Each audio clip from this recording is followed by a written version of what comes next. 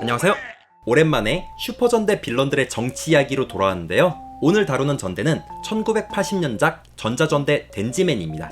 덴지맨의 빌런은 베이더 일족인데요. 베이더 일족은 2차원에서 넘어와서 지구를 오염시키는 악당들입니다.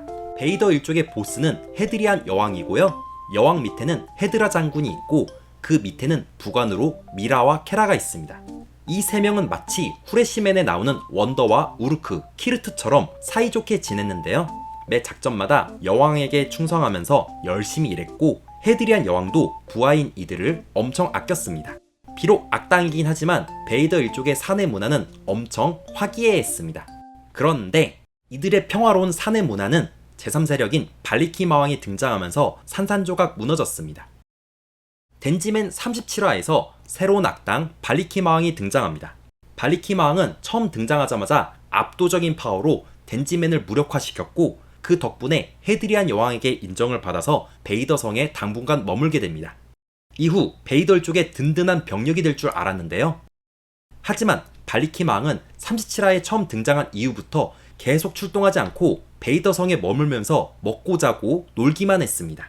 우주의 경호원이라면서 아무 일도 안 하고 심지어 틈만 나면 헤드라 장군이랑 싸웠는데요. 그런데 발리키 마왕은 먹고 자고 노는 것만 문제가 아니라 반란까지 일으킵니다. 발리키 마왕의 기습 반란으로 베이더 일족의 4명은 체포 구금되는데요. 여기서 헤드리안 여왕의 실수가 무엇이었는지 보면은 아무리 구면이어도 신뢰할 수 없는 사람을 조직 내에 끌어들였다는 점입니다. 발리키 마왕은 덴지맨을 이길 수 있는 거대한 힘을 가지고 있습니다. 하지만 발리키 마왕은 힘이 강한데도 베이더 일족에게 협조하지 않습니다. 아무리 힘이 강해도 전혀 도움이 안 되는 식충이에 불과합니다. 발리키 마왕은 그대로 계속 베이더 성에 머물면서 먹고 잤는데요. 덕분에 발리키 마왕은 베이더 성의 내부 구조를 잘 파악할 수 있었고 베이더 개인 한 명과 더스틀러 병사들까지 포섭해서 반란의 초석을 마련할 수 있었습니다. 만약 헤드리안 여왕이 발리키 마왕을 베이더 성에 거주시키지 않고 필요할 때만 용병으로 부렸다면은 반란을 당하지는 않았을 겁니다. 물론 외부 세력이라고 해서 무조건 배척할 필요는 없습니다. 긴가멘에 나오는 비즈네라도 우주 해적 바르반에 합류해서 충성을 다했고 마지렌자에 나오는 천공성자 출신의 메이미도 임페르시아의 행정수반으로 활약했으니까요.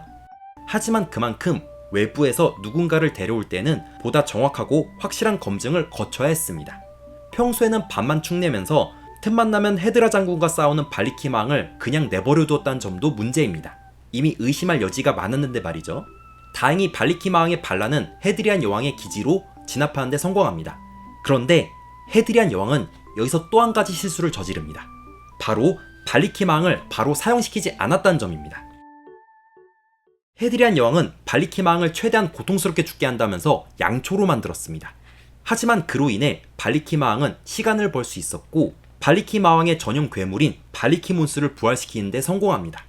발리키 몬스는 초능력을 가진 괴수인데 베이더 일족 그 누구도 발리키 몬스를 절대 쓰러뜨릴 수 없었습니다. 결국 발리키 마왕의 2차 내란이 성공하면서 베이더 일족은 완전히 제압당하고 맙니다. 베이더 일족이 어떻게든 반란을 진압하려 했지만 발리키 몬스가 너무 강해서 반란을 전혀 진압할 수 없었고 이 때문에 헤드라 장군은 결국 사지로 몰려서 덴지맨과 싸우다 죽게 됩니다. 베이더 일족은 어떻게든 죽을 힘을 다해서 반란을 진압하려 했지만 미라와 케라도 허무하게 죽고 말았습니다. 결국 헤드리안 여왕은 자신이 그토록 증오하는 덴지맨의 손을 빌려서야 발리키 몬스와 발리키 마왕을 진압하는 데 성공합니다. 하지만 반란 진압이 너무 늦어버린 나머지 모든 간부들이 죽게 되었고 주요 구성원을 잃은 베이더 일족은 다시 일어서지 못하고 완전히 멸망했습니다. 만약 헤드리안 여왕이 발리키 마왕을 양초로 만들지 않고 바로 사용시켰다면은 베이더 일족이 회복 불능의 수준까지 추락하진 않았을 겁니다.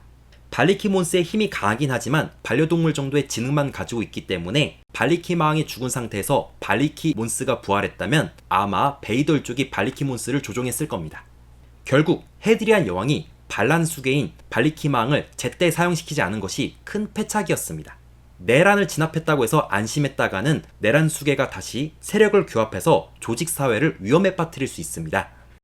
제노비아를 용서해 주었다가 다시 배신당한 아톤이나 반항하는 라디게를 제때 없애지 못해서 뒤통수를 제대로 맞은 트란자나 도골들을 조종할 수 있다고 착각했다가 뒤통수를 맞은 엔돌프가 대표적인 예라고 할 수 있습니다.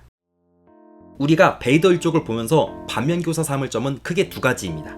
먼저 조직의 외부 세력을 데리고 올 때는 철저한 검증을 거쳐야 된다는 점이고요. 마지막으로 반란숙에는 제때 사형시켜서 후환을 없애야 된다는 점입니다. 이상 덴지맨 빌런들의 정치 이야기를 다뤘고요. 저는 다음에도 또 다른 슈퍼전대 빌런들의 정치 이야기를 다루겠습니다. 영화 및 슈퍼전대 리뷰어 시민케이크였습니다. 영상을 시청해주셔서 감사합니다.